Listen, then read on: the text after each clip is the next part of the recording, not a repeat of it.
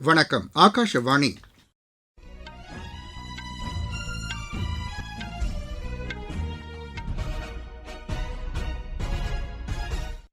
செய்திகள் வாசிப்பவர் ரெங்கநாதன். தலைப்புச் செய்திகள். வெளியுறவுத்துறை அமைச்சர் டாக்டர் ஜெய்சங்கரின் மொரீஷியஸ் பயணம் ஆக்கப்பூர்வமாக அமைந்ததாக வெளியுறவு அமைச்சகம் கூறியுள்ளது. அமெரிக்கா ஈரான் இடையே அறிவிக்கப்பட்டுள்ள சண்டை நிறுத்தம் மேற்காசிய நாடுகளின் அமைதி மற்றும் பாதுகாப்பிற்கு வழிவகுத்துள்ளதாக மத்திய அமைச்சர் திரு பியூஷ் கோயல் தெரிவித்துள்ளார். 20,400 டன் சமையல் எரிவாயுவுடன் இந்திய சரக்கு கப்பல் இன்று ஹோர்முஸ் நீரிணையை கடந்தது. நேபாளத்தில் இந்தியா நிதியுதவியுடன் அமைக்கப்பட்டு வரும் பாராபங்கி பஹ்ரிச் 4 வழி சாலை இருதரப்பு வர்த்தகத்தை மேம்படுத்தும் என்று மத்திய அரசு கூறியுள்ளது. IPL கிரிக்கெட் போட்டியில் சென்னை, தில்லி அணிகளுக்கு இடையிலான ஆட்டம் இன்னும் சற்று நேரத்தில் தொடங்குகிறது. இனி விரிவான செய்திகள். வெளியுறவுத்துறை அமைச்சர் டாக்டர் ஜெய்சங்கர் மேற்கொண்ட மொரீஷியஸ் பயணத்தின் மூலம் இருதரப்பு உறவுகள் மேம்பட்டுள்ளதாக வெளியுறவு அமைச்சகம் கூறியுள்ளது. இது தொடர்பாக வெளியுறவுத்துறை செய்தித் தொடர்பாளர் திரு ரந்தீர் ஜெய்ஷ்வால் வெளியிட்டுள்ள சமூக வலைதள பதிவில், மருத்துவம், கல்வி, கட்டமைப்பு வசதி உள்ளிட்ட பல்வேறு துறைகளில் இருதரப்பு ஒத்துழைப்பை வலுப்படுத்துவது குறித்து பேச்சுகள் நடத்தப்பட்டதாக தெரிவித்துள்ளார். இரு நாடுகளுக்கு இடையே நிலையான வளர்ச்சி மற்றும் ஒத்துழைப்பு குறித்தும் மொரீஷியஸ் தலைவர்களுடன் டாக்டர் ஜெய்சங்கர் பேச்சுகள் நடத்தியதாக வெளியுறவுத்துறை செய்தித் தொடர்பாளர் கூறியுள்ளார். அமெரிக்கா ஈரான் இடையே அறிவிக்கப்பட்டுள்ள சண்டை நிறுத்தம் மேற்காசிய நாடுகளின் அமைதி மற்றும் பாதுகாப்பிற்கு வழிவகுத்துள்ளதாக வர்த்தக தொழில்துறை அமைச்சர் திரு பியூஷ் கோயல் தெரிவித்துள்ளார். சவுதி அரேபியாவின் வெளியுறவு அமைச்சர் டாக்டர் மஸ்ஜித் பின் அப்துல்லாவுடன் காணொலி வாயிலாக உரையாடிய அவர், போர் சூழலிலும் சவுதி அரேபிய மக்கள் அளித்து வரும் ஒத்துழைப்பை பாராட்டுவதாக குறிப்பிட்டார். சவுதி அரேபியாவில் உள்ள இந்திய மக்களை பாதுகாப்பதற்கு எடுத்து வரும் முயற்சிகளுக்கு நன்றி தெரிவிப்பதாகவும் அவர் கூறினார். அந்நாட்டின் மீதான தாக்குதல்களை இந்தியா கண்டிப்பதாகவும் அவர் தெரிவித்தார். இருதரப்பு வர்த்தகத்தை மீண்டும் இயல்பு நிலைக்கு கொண்டுவர ஒருங்கிணைந்த முயற்சிகளை மேற்கொள்வது குறித்தும் தாம் பேசியதாக திரு பியூஷ் கோயல் கூறினார். மேற்காசியாவில் உள்ள இந்திய கப்பல்களும் மாலுமிகளும் பாதுகாப்பாக உள்ளதாக வெளியுறவு அமைச்சகம் தெரிவித்துள்ளது. அங்குள்ள இந்திய தூதரகங்கள் மேற்காசிய பகுதிகளில் வசிக்கும் இந்தியர்களிடம் தொடர்பில் உள்ளதாகவும் அவர்களுக்கு தேவையான அறிவுரைகளை அவ்வப்போது வழங்கி வருவதாகவும் தெரிவிக்கப்பட்டுள்ளது. இந்தியாவுக்கு சமையல் எரிவாயுவை ஏற்றி வந்த ஜாக் விக்ரம் சரக்கு கப்பல் இன்று பாதுகாப்பாக ஹோர்முஸ் நீரிணையை கடந்துள்ளதாகவும் அமைச்சகம் கூறியுள்ளது. இந்த கப்பலில் 20,400 டன் சமையல் எரிவாயு கொண்டுவரப்பட்டுள்ளதாகவும் 24 மாலுமிகள் உள்ளதாகவும் இம்மாதம் 15ஆம் தேதி இந்த கப்பல் மும்பை வந்து சேரும் என்றும் வெளியுறவு அமைச்சகம் தெரிவித்துள்ளது. ஈரான் தலைநகர் தெஹ்ரானில் உள்ள 2,225 இந்தியர்களை பாதுகாப்பாக அர்மேனியா மற்றும் அசர்பைஜான் வழியாக தாயகம் அழைத்து வந்துள்ளதாகவும் தெரிவிக்கப்பட்டுள்ளது. இதில் 951 இந்திய மாணவர்களும் 662 இந்திய மீனவர்களும் இடம்பெற்றுள்ளனர்.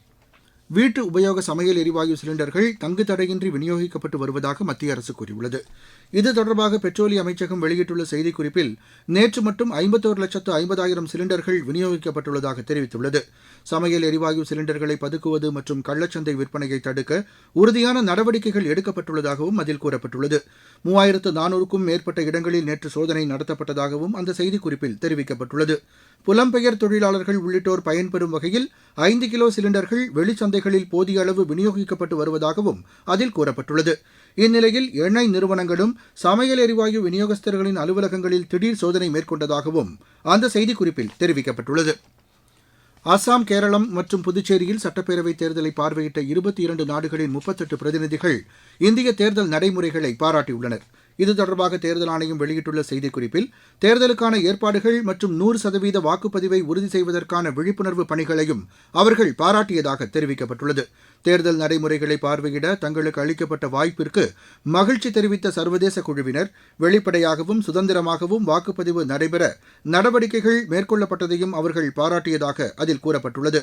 அதிக அளவில் மக்கள் நம்பிக்கையுடன் காத்திருந்து தங்களது வாக்குகளை செலுத்தியது ஜனநாயகத்தின் மீதான நம்பிக்கையை வலுப்படுத்தியுள்ளதாகவும் பிரதிநிதிகள் குழுவைச் சேர்ந்த திருமதி குரோஷியா பார்கஸ் தெரிவித்துள்ளதாகவும் அதில் குறிப்பிடப்பட்டுள்ளது.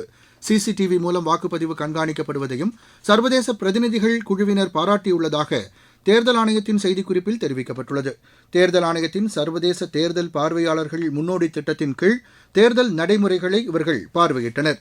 நீங்கள் கேட்டுக்கொண்டிருப்பது ஆகாஷவாணியின் செய்தி அறிக்கை.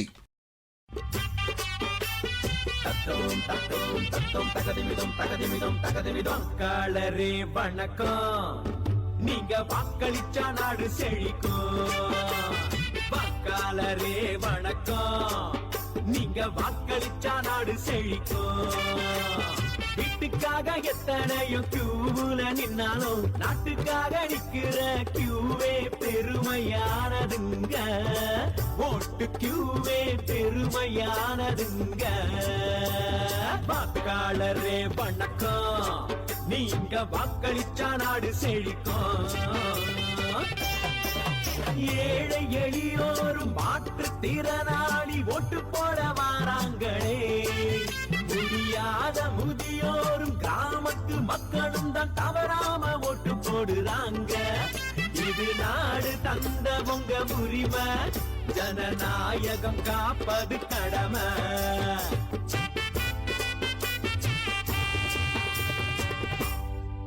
இனி தேர்தல் களம்.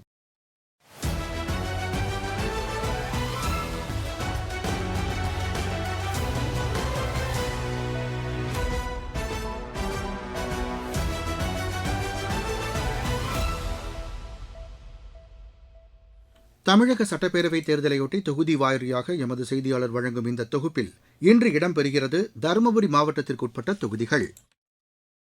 தருமபுரி மாவட்டம் விவசாயம் மற்றும் விவசாயம் சார்ந்த தொழில்களை பிரதானமாக கொண்ட மாவட்டம். தென்னிந்தியாவின் நயகரா என்று அழைக்கப்படும் ஒகேனக்கல் நீர்வீழ்ச்சி தருமபுரி மாவட்டத்தில் தான் உள்ளது. தருமபுரி மாவட்டத்தில் பாலக்கோடு, பென்னாகரம், தருமபுரி, பாப்பிரெட்டிப்பட்டி, அரூர் என 5 சட்டப்பேரவை தொகுதிகள் உள்ளன. மாவட்டத்தில் மொத்தம் 12,52,019 வாக்காளர்கள் உள்ளனர். இவர்களில் 6,29,980 ஆண் வாக்காளர்களும் 6,21,887 பெண் வாக்காளர்களும் 152 மூன்றாம் பாலினத்தவரும் உள்ளனர். இவர்கள் வாக்களிக்க 957 இடங்களில் மொத்தம் 1596 வாக்குச்சாவடிகள் அமைக்கப்பட்டுள்ளது. இதில் 150 பதற்றமான வாக்குச்சாவடிகளாக கண்டறியப்பட்டு அங்கு பாதுகாப்பு பலப்படுத்த மாவட்ட நிர்வாகம் நடவடிக்கைகளை மேற்கொண்டு வருகிறது. வேலை தேடி அண்டை மாநிலங்களுக்கும் மாவட்டங்களுக்கும் அதிக அளவில் குடிபெயர்தல், இதன் காரணமாக பெண் குழந்தைகளுக்கு இளம் வயது திருமணம், பெண் சிசு கொலை உள்ளிட்ட சமூக பிரச்சனைகள், சிப்காட் தொழிற்பேட்டை திறக்கப்பட்டும் இன்னும் தொழிற்சாலைகள் தொழில் தொடங்கவில்லை.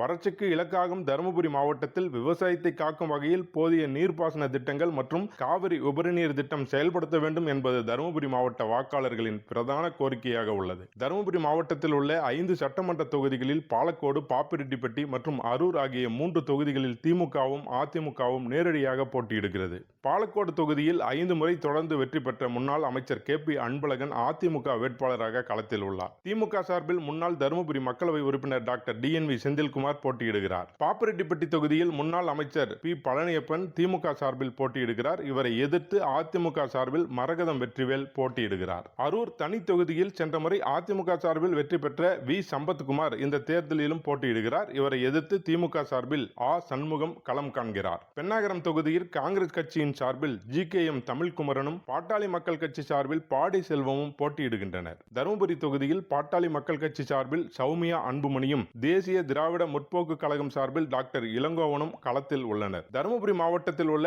5 சட்டப்பேரவை தொகுதிகளிலும் நாம் தமிழர் கட்சி, தமிழக வெற்றி கழகம் மற்றும் சுயேட்சைகளும் களம் காண்கின்றனர். கடந்த 5 ஆண்டுகளில் நிறைவேற்றப்பட்ட திட்டங்களை எடுத்துக் கூறி திமுகவும் அதன் கூட்டணி கட்சி வேட்பாளர்களும் வாக்கு சேகரிக்கின்றனர். பெண்கள் பாதுகாப்பு, போதைப் பொருள் பாதிப்பு, சட்டம் ஒழுங்கு பிரச்சனை உள்ளிட்டவைகளை சுட்டிக்காட்டி அதிமுகவும் அதன் கூட்டணி கட்சி வேட்பாளர்களும் பரப்புரையில் ஈடுபட்டு வருகின்றனர். தருமபுரியில் கோடை வெயிலின் தாக்கம் அதிகரித்து வரும் நிலையில் அரசியல் கட்சிகளின் தேர்தல் பிரச்சாரமும் அனல் தெரித்து வருகிறது. தருமபுரியில் இருந்து மா தண்டபாணி. நேபாளத்தில் இந்தியா நிதியுதவியுடன் அமைக்கப்படவுள்ள பாராபங்கி பஹ்ரிஷ் 4 வழி சாலை மூலம் இருநாட்டு வர்த்தக உறவுகள் மேம்படும் என்று மத்திய சாலை போக்குவரத்து நெடுஞ்சாலை அமைச்சகம் தெரிவித்துள்ளது. இந்த சாலை மூலம் உத்தரப்பிரதேச மாநிலத்தின் ருபைதியா, நேபாளத்தின் நேபாள் கங்கும் இணைக்கப்படும் என்று கூறப்பட்டுள்ளது. மேம்படுத்தப்படவுள்ள இந்த நெடுஞ்சாலை மூலம் இரு நாடுகளுக்கு இடையேயான வணிகம், பொருளாதாரம் வளர்ச்சியடையும் என்றும் வணிக வாய்ப்புகள் அதிகரிக்கும் என்றும் தெரிவிக்கப்பட்டுள்ளது. விளையாட்டுச் செய்தி. IPL கிரிக்கெட் போட்டியில் சென்னை அணிக்கு எதிராக டாஸ் வென்ற தில்லி அணி முதலில் பந்து வீச தீர்மானித்துள்ளது. இப்போட்டி சென்னையில் இன்னும் சற்று நேரத்தில் தொடங்க உள்ளது. முன்னதாக நடைபெற்ற மற்றொரு ஆட்டத்தில் பஞ்சாப் அணி 6 விக்கெட் வித்தியாசத்தில் ஹைதராபாத் அணியை வென்றது. நியூ சண்டிகரில் நடைபெற்ற இப்போட்டியில் முதலில் விளையாடிய ஹைதராபாத் அணி நிர்ணயிக்கப்பட்ட 20 ஓவரில் 6 விக்கெட் இழப்புக்கு 219 ரன் எடுத்தது. 220 ரன் எடுத்தால் வெற்றி என்ற இலக்குடன் பின்னர் களமிறங்கிய பஞ்சாப் அணி 18.5 ஓவரில் 4 விக்கெட் இழப்பிற்கு 223 ரன் எடுத்து வெற்றி பெற்றது. மீண்டும் தலைப்புச் செய்திகள். வெளியுறவுத்துறை அமைச்சர் டாக்டர் ஜெய்சங்கரின் மொரீஷியஸ் பயணம் ஆக்கப்பூர்வமாக அமைந்ததாக வெளியுறவு அமைச்சகம் கூறியுள்ளது. அமெரிக்கா, ஈரான் இடையே அறிவிக்கப்பட்டுள்ள சண்டை நிறுத்தம் மேற்காசிய நாடுகளின் அமைதி மற்றும் பாதுகாப்பிற்கு வழிவகுத்துள்ளதாக மத்திய அமைச்சர் திரு பியூஷ் கோயல் தெரிவித்துள்ளார். 20,400 டன் சமையல் எரிவாயுவுடன் இந்திய சரக்கு கப்பல் இன்று ஹோர்மூஸ் நீரிணையை கடந்தது. நேபாளத்தில் இந்தியா நிதி உதவியுடன் அமைக்கப்பட்டு வரும் பாராபங்கி பஹ்ரிச் 4 வழி சாலை இருதரப்பு வர்த்தகத்தை மேம்படுத்தும் என்று மத்திய அரசு கூறியுள்ளது. IPL கிரிக்கெட் போட்டியில் சென்னை, தில்லி அணிகளுக்கு இடையிலான ஆட்டம் இன்னும் சற்று நேரத்தில் தொடங்குகிறது. இத்துடன் இந்த செய்தி அறிக்கை நிறைவடைந்தது.